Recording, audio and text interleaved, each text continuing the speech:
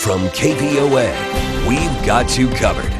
This is News for Tucson. Coach, describe how you became this international savant in terms of recruiting. Well, that's a powerful word. You know, I love travel. I grew up in a family where we had exchange students every year. My brother was an exchange student, so that's going back to my childhood.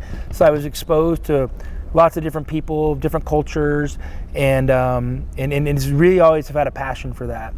And then, you know, when I got done playing in college, I wasn't a great player, but I had a chance to go play, you know, overseas enough to be able to afford a plane ticket and see a few places, and I took full advantage of it. You know, before I went to Gonzaga, I had literally backpacked around the world.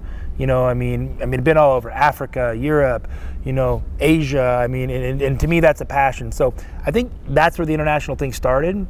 And then when I got to Gonzaga, you know, Coach Few told me, you know, he thought it'd be a good idea if I found my own niche in recruiting and kind of plopped a German U18, you know, guide, like a media type guide on my desk, and I went full bore. And, you know, Gonzaga supported me. I started traveling over there, meeting people.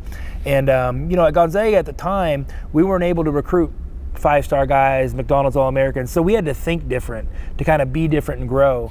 And for us, you know, I mean, I always say this quote, but they say, you know, necessity is the mother of invention, you know. And so it was necessary for us to go find a different path. And so I went all in, and one recruit led to another, one relationship led to another, and then, you know, 20 years later, here you are. And, you know, sometimes for me, it's a tired narrative of just being known as an international recruiter.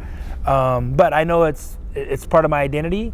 But at the end of the day, still, the international recruiting is great, the travel is great, but my passion is coaching and teaching basketball. So obviously this is a roster full of international players. So how do you begin to build those relationships? Is it simply inviting the guys up to the office? Do you take them out to lunch? I mean, how do you try to create those relationships with the Benedict Matherins and the Kerr Creases of the world? I mean, it's all of the above.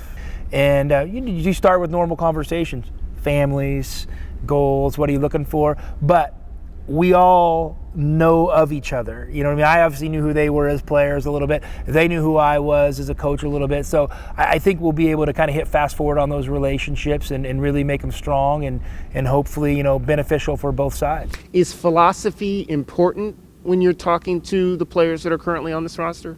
I mean, for sure. I mean, you know, I'm trying to explain to them. For one, I'm trying to get to know them because every guy deserves a chance. And I really feel for, you know, guys at their age, you know, they're young men, you know, just starting lives. They've had a lot happen. There's a lot of unknowns. So I'm trying to make them comfortable with that.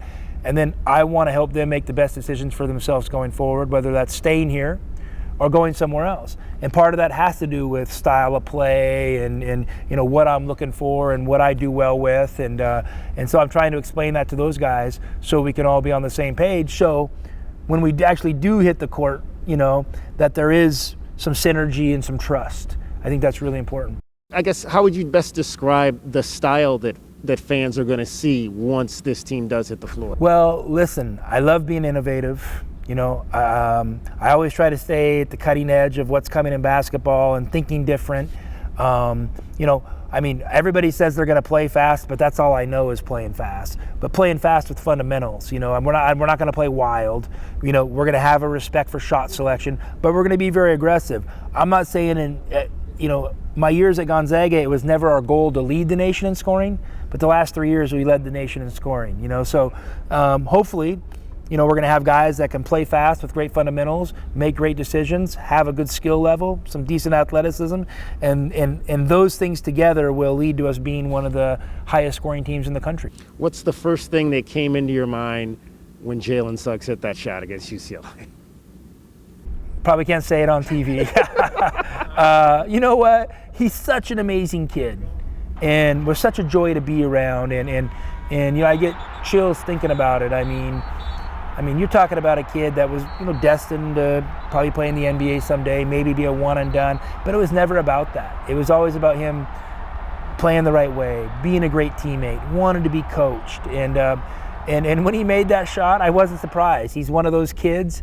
And I was just happy for him to have that moment because he deserves it. I mean, and obviously it got us to a championship game, which was amazing.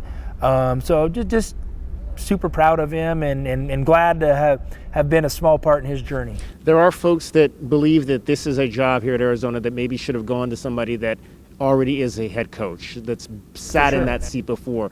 What do you say to those people that why you're the person that deserved this opportunity? I mean, I would say if they knew how much time and effort I put in at developing myself as a coach, I would earn their stamp of approval to be given this opportunity. I mean, nobody knows because they haven't been there. They're not with me at night. They don't know how much film I'm watching or what my mind's doing or the crazy amounts of notes I have all over our house, just different thoughts. And I've put my time in and I'm ready for this opportunity. I'm not asking for them or telling them they need to support me. I'm going to earn that. And I know the best way to earn respect is with your actions. And so that's going to be my mindset to the people that think I don't have head coaching experience. And of course, I don't know it all. I mean, I need to learn more and sit in that seat a little bit, but I'm ready to learn quick. And the same thing goes for the former players that wanted a Wildcat here. I totally get it. And if they didn't want a Wildcat here, I would probably question their loyalty to their friends in their program. All I'm going to ask those guys is, hey, give me a chance. You know what? I'm a Wildcat now. Okay, I know I don't have the blood, sweat, and tears on this court, but I'm going to give them everything I got. And at the end of the day, I don't want it to be about me. I want it to be 100% about them. When they come in McHale, I want them to get the chills and have the experiences that they deserve to have based on their history. You've been walking around the building, I imagine. What's the most thing that stood out to you that you've seen inside this incredible facility so far here? How quiet it is. Because when I've been here, it's been really loud. So, I look forward to the noise being for my team rather than against my team, and I can't wait. And until we get in here, in the November, whatever it is, when these arenas can be full again, people are going to be hungry to go nuts, and hopefully, we're going to put a team out there that they're going to be excited to cheer for. What was that conversation like with Mark when you told him that you had to leave? He told me, how amazing is it? The last 5 years have been to 2 championship games, and the University of Arizona wants Gonzaga as assistant coach. If you can get the Arizona job, take it. That was his advice to me, and for me, I was super thankful. And you said this was the only job you would leave Gonzaga for. Why is this the place? Why not if any other place had come up, and why Arizona? Because I think there's a lot of similarities between Gonzaga and Arizona with the type of people, the communities, the fan support, and to be honest with you, I never sat at home and played the hypothetical game of where do I want to coach? Should I do this and this? Was that a good job? I never played that, and because it was really easy for me. I knew there was only one job good enough to take me from my great, perfect life I was living in Spokane, and that was to come here. So it wasn't a complicated decision for me. I've had zero buyer's remorse since I've been here. I haven't went back to my hotel room and got that pit in my stomach and said, what the hell did I just do?